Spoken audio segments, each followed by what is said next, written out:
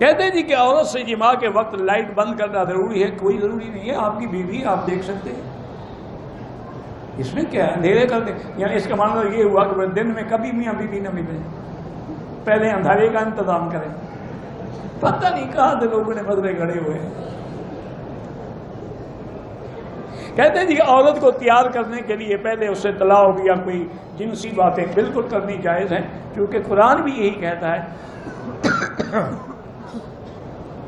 اللہ نے قرآن میں فرمایا ہے کہ یسألونک عن المحیض قل هو اذى فاعتزلوا النساء فی المحیض ولا تقربوهن حتى يطهرن فاذا جب وہ پاک ہوئے فاتوهن من حيث امركم الله ان الله يحب التوابین ويحب المطہرین فاتوا حرثکم۔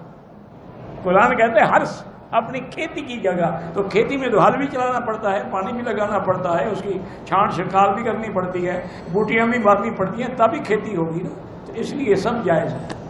بلکہ علماء نے یہ بھی لکھا ہے کہ اگر میاں بیوی آپس میں پیار کر رہے ہیں، طلاق کر رہے ہیں، بوس و کنار، تو یہ نفل پڑھنے سے بھی زیادہ ثواب، کیونکہ اس سے وہ زنا سے بچے گا نا۔ اور اگر محبت نہیں ہوگی تو وہ منہ کالا کرے گا، جہنم میں جائے گا۔ اگر عورت اپنے مرد کے اس شرمگاہ پہ بوسہ دے، بہرحال یہ شریعت کے خلاف ہے۔ میاں بیوی بغیر کپڑوں کے سو سکتے ہیں؟ کیوں نہیں سو سکتے؟ ہاں میاں بیوی ہیں، بالکل سو سکتے ہیں۔ تم وہ مسئلے پوچھو نا جی شریعت کے یا تقوی کے، پرہیزگاری کے، وہ چھوڑو۔ وہ تو انبیاء نے تو کبھی دیکھا نہیں، بیوی فرماتی کہ میں نے حضور کا بدن ہی نہیں دیکھا، تو وہ بغیر کپڑوں کے کیسے سوتے ہوں گے؟ وہ بلند مقام ہے۔ جہاں تک فتویٰ ہے وہ یہی ہے کہ تم میاں بیوی سو سکتے ہو بغیر کپڑوں کے۔ میاں بیوی کو ایک دوسرے کے جسم کے ساتھ تک دیکھنا جائز ہے، سب کچھ دیکھنا جائز ہے، دیکھنا تو منع نہیں ہے۔ ہن لباس لکم وانتم لباس لہن۔ کہتے ہیں جی کہ اپنی بیوی سے آدمی آگے اور پیچھے دونوں سے جماع کر سکتا ہے۔ پیچھے سے جماع کرنے پر اللہ کے نبی نے لعنت بھیجی ہے کہ من اتی فی دبر امرأتہ فعلیہ لعنت اللہ، جو آدمی عورت کو غلط استعمال کرتا ہے اس پر اللہ کی لعنت ہوتی ہے۔ اب تمہاری مرضی ہے کہ اپنی بیوی کے باوجود لعنتی بنتے رہو، تو اس کا ہم کیا کر سکتے ہیں؟ اصل مشکل یہ ہے کہ آج کل ہم جس دور سے گزر رہے ہیں نا جی، یہ بڑی فحاشی اور عریانی اور بے حیائی کا دور ہے۔ فلمیں ہیں، اچھا پہلے تو لوگ پھر بھی فلم دیکھنے کے لیے جاتے تھے، اب تو آج ہر آدمی کے ہاتھ میں اور جیب میں موبائل ہے، جب چاہے فلم دیکھ لے، جب چاہے جو چاہے دیکھ لے۔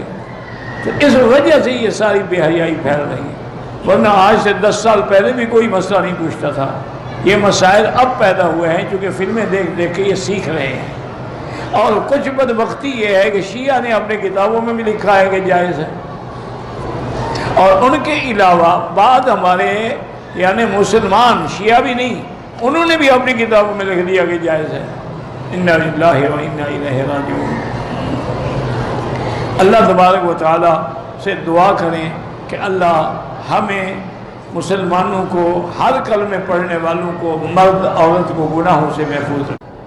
کہتا ہے کہ بعض اوقات بچہ دودھ پی رہا ہے، اس وقت بھی خاوند اپنی بیوی سے مل سکتا ہے، لیکن بہتر یہ ہوتا ہے کہ ایسی حالات میں نہ بھی نہیں، چاہے بچہ دودھ پینے والا ہو، اس کے دماغ میں ہر چیز آتی ہے جو کچھ تم کر رہے ہو۔ وہ ایک کمپیوٹر ہے، اس میں فیڈ ہو رہی ہے ہر چیز۔ وہ بول نہیں سکتا، لیکن بڑا ہوگا اور پتہ لگے گا میرے باپ کا یہ حال ہے۔ اگر 2 بیویاں ہیں میری، ایک ہی کمرے میں، ایک دوسرے کے سامنے میاں بیوی ہم مسٹیکٹ نہیں کر سکتے ہیں، دوسرے کو ایذا پہنچانے کی اللہ نے اجازت نہیں دی۔ ایک ہی وقت میں 2 یا 3 بیویوں سے جماع کر سکتے ہیں؟ نہیں کر سکتے۔ کیوں نہیں کر سکتے؟ اگر اللہ نے تمہیں طاقت دی ہے کر سکتے ہو۔ اور یہ تو حدیث میں بھی ہے، میرے آقا جب حج میں تشریف لا رہے تھے تو ساری بیویاں ساتھ تھیں، اور آخر میں آپ کی 9 بیویاں تھیں۔ 11 سے نکاح ہوا لیکن آخر میں 9 تھیں، وہ 9 کے 9 بیویاں ساتھ تھیں۔ حضور مدینے سے ذوالحلیفہ آ گئے، وہاں قیام فرمایا، رات گزاری، تو اسی رات میں حضور نے اپنی ہر بیوی کے ساتھ جا کے مجامعت کی تاکہ سنت بھی پوری ہو جائے اور احرام سے پہلے سب کے خواہشات نفسانی بھی مٹ جائیں۔ تو اگر یہ ناجائز ہوتا تو حضور سب سے کیوں ایسی بات کرتے؟ جائز ہے۔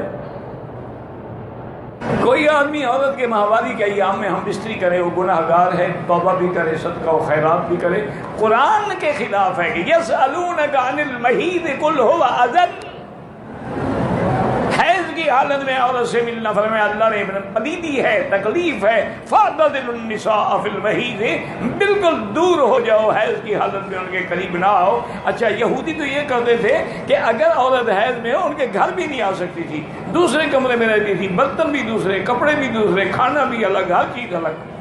لیکن اسلام نے کہا کہ نہیں، یہ سزا نہیں، اکٹھے رہ سکتے ہو، بیوی کھانا بھی پکا سکتی ہے، میاں بیوی کھانا اکٹھے کھا سکتے ہیں، بلکہ ایک بستر پہ لیٹ بھی سکتے ہیں، لیکن جماع کرنا جو ہے وہ حرام ہے۔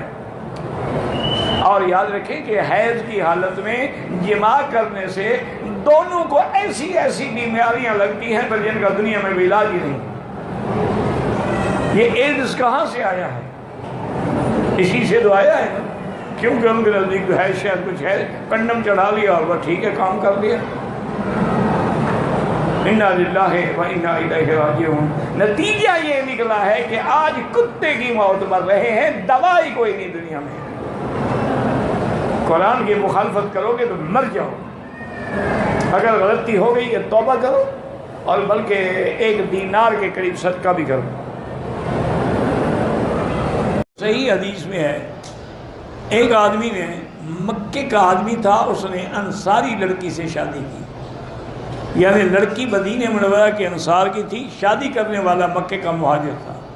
میاں بیوی جب رات کو اکٹھے ہوئے، اب وہ بیوی کو کہا ایسے لیٹ جاؤ، کھڑی ہو جاؤ، ایسے بیٹھ جاؤ، ایسا۔ اس نے کہا کیا کہتے ہو تم؟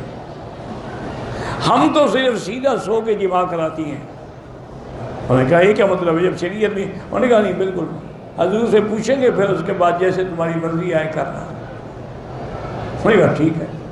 صبح کو حضور کی خدمت میں آئے، انہوں نے پوچھا، انہوں نے فرمایا کہ ہاں بس عورت کا پچھلا حصہ استعمال نہ کرو، باقی تمہاری مرضی ہے، کھڑے ہو کے، بیٹھ کے، لیٹ کے، جو چاہو کرو۔ فاتوا حرثکم انا شئتم۔ تو یہ میری بیٹی، ایسے مسئلے ہوتے ہیں، کوئی اس میں یہ بات نہیں ہے کہ میں کیوں جواب دیتا ہوں، یہ دینا پڑے گا، ورنہ وہ تو ساری زندگی پھر چوستے رہیں گے۔ کہتے ہیں جی کہ میاں بیوی ملنے سے پہلے دعا، کپڑے اتارنے سے پہلے دعا مانگ سکتے ہیں، اللہم جنب الشیطان عنا وجنبنا ما رزقتنا منہ، یا